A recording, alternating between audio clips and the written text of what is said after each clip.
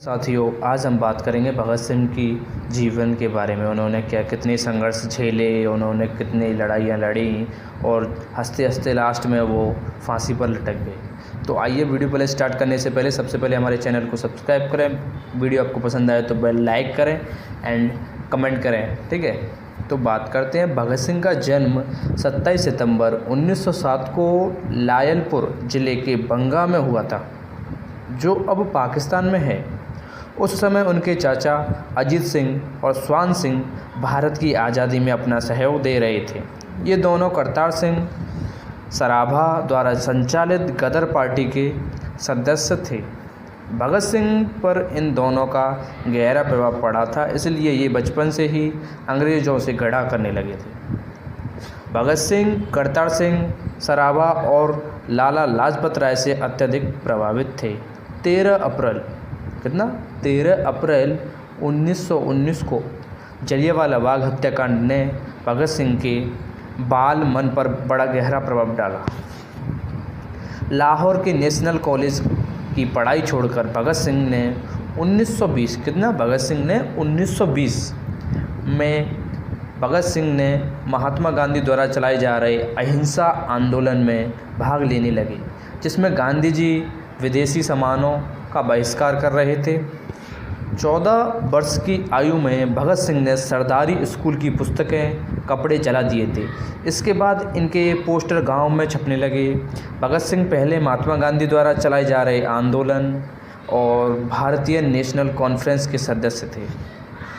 1921 में जब चोरी चोरा हत्याकांड के बाद गांधी जी ने किसानों का साथ नहीं दिया तो भगत सिंह पर उसका गहरा प्रभाव पड़ा। उसके बाद चंद्रशेखर आज़ाद के नेतृत्व में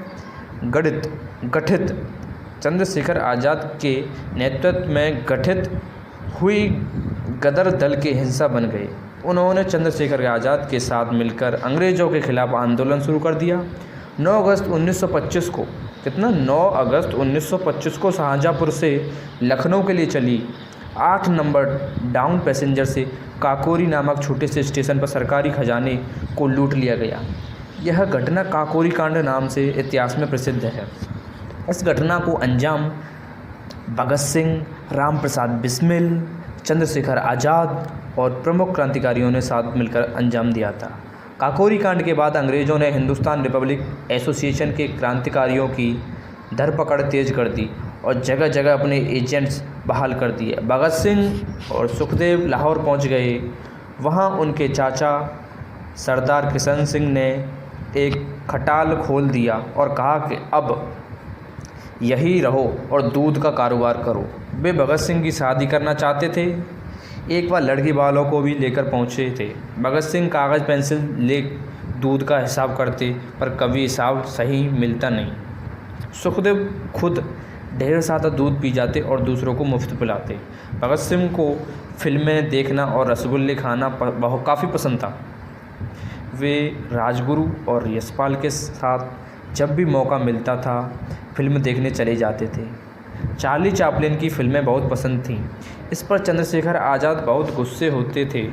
भगत सिंह ने राजगुरु के साथ मिलकर 17 दिसंबर 1928 को लाहौर में सहायक पुलिस अधीक्षक रहे अंग्रेज अफसर जेपी सैंडर्स को मारा था।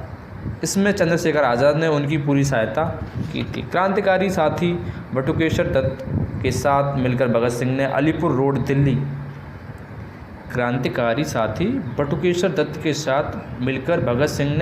रोड दिल्ली स्थित ब्रिटिश भारत की तत्कालीन सेंट्रल असेंबली के सभागार में 8 अप्रैल 1929 को अंग्रेज सरकार को जगाने के लिए बम और पर्चे फेंके थे। भगत सिंह क्रांतिकारी देशभक्त ही नहीं बल्कि एक अध्ययनशील विचारक, कलम के धनी, दार्शनिक, चिंतक, लेखक, पत्रकार और महान मनुष्य थे। उन्होंने 23 वर्ष की छोटी सी आयु में फ्रांस, आयरलैंड और रूस की क्रांति का विशद अध्ययन किया था। हिंदी, उर्दू, अंग्रेजी, संस्कृत, पंजाबी, बंगला और आयरिश भाषा के मर्मज्ञ, चिंतक और विचारक भगत सिंह भारत में समाजवाद के पहले व्याख्याता थे।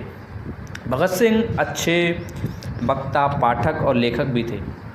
उन्होंने अकाली और कीर्ति 2 अखबारों का संपादन भी किया। जेल में भगत सिंह ने करीब 2 साल रहे। इस दौरान वे लिखकर अपने क्रांतिकारी विचार व्यक्त करते रहे। जेल में रहते हुए उनका अध्ययन बराबर जारी रहा। उस दौरान उनके लिखे गए लेख व परिवार को लिखे गए पत्र आज भी उनके विचारों के दर्पण हैं। अपने लेखों में उन्होंने कई तरह से पूंजीपतियों को अपना शत्रु बताया है। उन्होंने लिखा है कि मजदूरों का शोषण करने वाले चाहे एक भारतीय की ही क्यों न हो, वह उनका शत्रु है। उन्होंने जेल में अंग्रेजी में एक लेख भी लिखा जिसका शीर्षक था मैं नास्तिक क्यों हूँ। जेल में भगत सिंह व उनके साथियों ने 64 दिनों तक भूख हड़ताल की। उनका एक साथी यतीन्द्र नाथ दास ने तो भूख हड़ताल में अपने प्राण ही त्याग दिए थे। 23 मार्च 1931 को भगत सिंह तथा इनके 2 साथियों सुखदेव व राजगुरु को फांसी दे दी गई। फांसी पर जाने से पहले बिस्मिल की जीवनी पढ़ रहे थे जो सिंह वर्तमान पाकिस्तान का एक सूबा के एक प्रकाशक भजन लाल बुक सेलर ने आर्ट प्रेस सिंध से छापी थी। पाकिस्तान में भगत सिंह के नाम पर चौराहों का नाम रखे जाने पर खूब बवाल मचा था। लाहौर प्रशासन ने किया था कि मशहूर सादमान चौक का नाम बदलकर भगत सिंह चौक किया जाए। फैसले के बाद प्रशासन को चौतरफा विरोध झेलना पड़ा।